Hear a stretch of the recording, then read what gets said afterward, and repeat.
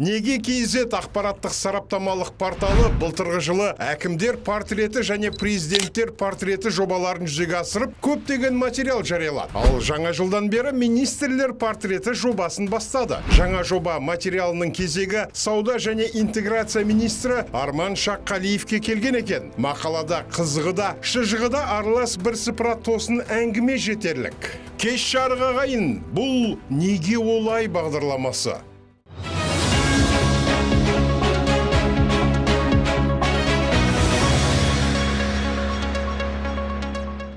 Назарларыңызға көлемді мақаладан мынадай үзінді ұсынамыз. Арман Шаққалиев сауда және интеграция министрлігінің тізгінін ұстағанда Шишкин лайк YouTube арнасы 7,5 минуттық бір қызық дүние жариялаған. Дмитрий Шишкин Большая газета, Литер, кейінірек Власть және Ратель басылымдарына қалам тартқан орыс тілді оқырмандарға жақсы таныс журналист. Арман Шаққалиевтің қаржы саласындағы бас айналдырарлық карьерасын әпкесі Гүлнара Мұсатаева жасады дейді Шишкин осы бейне жазбасында. Журналист Гүлнара Мұсатаевамен тоқтап қалмайды. Жездесі Әнуар Мұсатаевтың жиендері Зарема мен Айдос Мұсатаевтардың, сондай-ақ министрдің тағы бір әпкесі Гүлмира Шаққалиеваның немен айналысатынын, қандай компанияларға иелік ететіндерін, қанша табыс тауып, қанша салық төлегендерін жіпке тізіп шығады. Алайда біз оның бәріне тоқталмай-ақ Гүлнара Мұсатаева кім деген сұраққа жауап берейік. Гүлнара Абайқызы 2021 жылдан бері Нурбанк акционерлік қоғамының басқарма төрағасы. Бірақ бұл Мұсатаева аталмыш банкке осы жылы келді деген сөз емес. Ұлттық банкте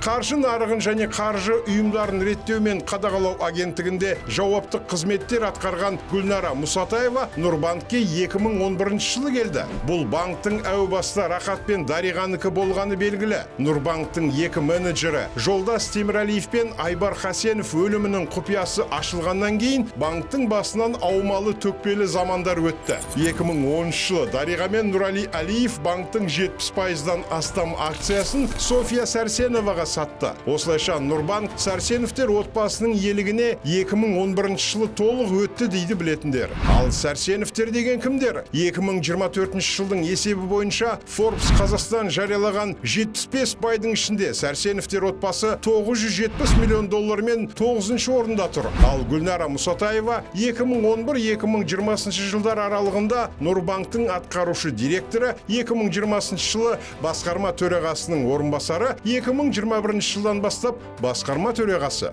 Білдей банкты басқару оңай оспақ шаруа емес. Оның үстіне 1967 жылы туған Гүлнара Абайқызы жауапты қызметтерде жүргенде Арман Шаққалиев әлі бала еді. Шишкиннің шекеден шерткендей қылып айтқан жоғарыдағы сөзі осыны меңзегені болса керек. Арман Шаққалиев қайда жүрсе де алдынан шыға беретін бір сауал бар. Қаңтар айының ортасында ғана өткен үкімет отырысының қорытындысына қатысты баспасөз конференциясында журналистер министрді тағы да ортаға алды. Сұрақ былай: Еуразиялық экономикалық одақтың кедендік баж салығынан түсетін табыс неге мардымсыз? Қазақстан әділетті үлесін қашан алады? Мұндай сұрақтың қойылуына еліміздің тек 6,99% үлес алып келе жатқаны себеп. Ал табыстың бәрін бауырына басып алуды әдетке айналдырған Ресейдікі 85,1%. Оның үстіне Украинаға басып кіріп бүкіл әлемге сүйкімі кеткен Ресей санкцияның астында қалған соң Еуразиялық одақ елдер арасындағы тауар айналымының тізбегі өзгерді. Тауар көшінің дені Қазақстан арқылы өтеді. Ендеше еліміз қашанға дейін өзгеге жем болуы керек? Сауал өте орынды әрі маңызды. Ал министрдің жауабы қандай болды? Арман Шаққалиевтің айтуынша Қазақстан тарапы бұл мәселе бойынша ұсыныс енгізіп жатқанға ұқсайды. Алайда ел күткендей 15-20% үлес емес, бір методология бойынша 8, келесі методология бойынша 8,5% үлес. Яғни Қазақстанның мүддесін қорғауы тиіс Шаққалиевтер енді болмашы үлес үшін күреседі бұйырса. Оның өзін ала қоюы нейғабыл. Өйткені бұл ұсынысты тізеге басып үйренген жалғыз Ресей емес, одаққа мүше өзге елдерде қолдауы керек. Жоғарыда бұл сұрақ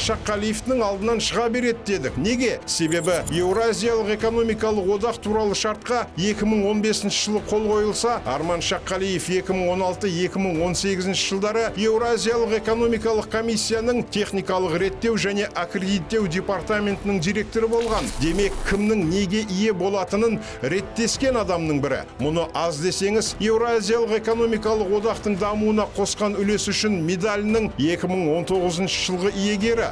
Бұл төс белгіні жоғары Еуразиялық экономикалық кеңес береді, яғни Арман Шаққалиев одақтың жоғары кеңесіне жаққан шенеунік. Ендеше осы жағымдылығын мемлекеттің мүддесі үшін пайдаланбағанда, енді не үшін пайдалануы керек? Пайдаланам, соған жанымды салам десе, қазір оған жақсы бір мүмкіндік бар. 2015 жылы Еуразиялық одақ туралы шартқа қол қойылғанда, бұл саяси блок емес, тек экономикалық одақ деп жақауратқан сол кездегі Қазақстан премьер-министрінің орынбасары Бақытжан Сағынтаев қазір Еуразиялық экономикалық комиссияның алқа төрағасы. Қаңтардан кейін көрінбей кеткен Сағынтаев 2024 жылдан бері Еуразиялық экономикалық комиссияның төрінде бұйырса, 2028 жылға дейін басқарады. Міне, өз күшіммен министр болдым дейтін Шаққалиев мемлекет мүддесі үшін ағашқасының күшін пайдаланам десе, оның еш айыбы жоқ. Екеуінің де қолынан түк келмесе, алған медальдің құны көк дейін, өздерінің беделі де жоққа тән деген сөз. Арман Шаққалиевтің азық-түліктің бағасына қатысты айтқан уәждері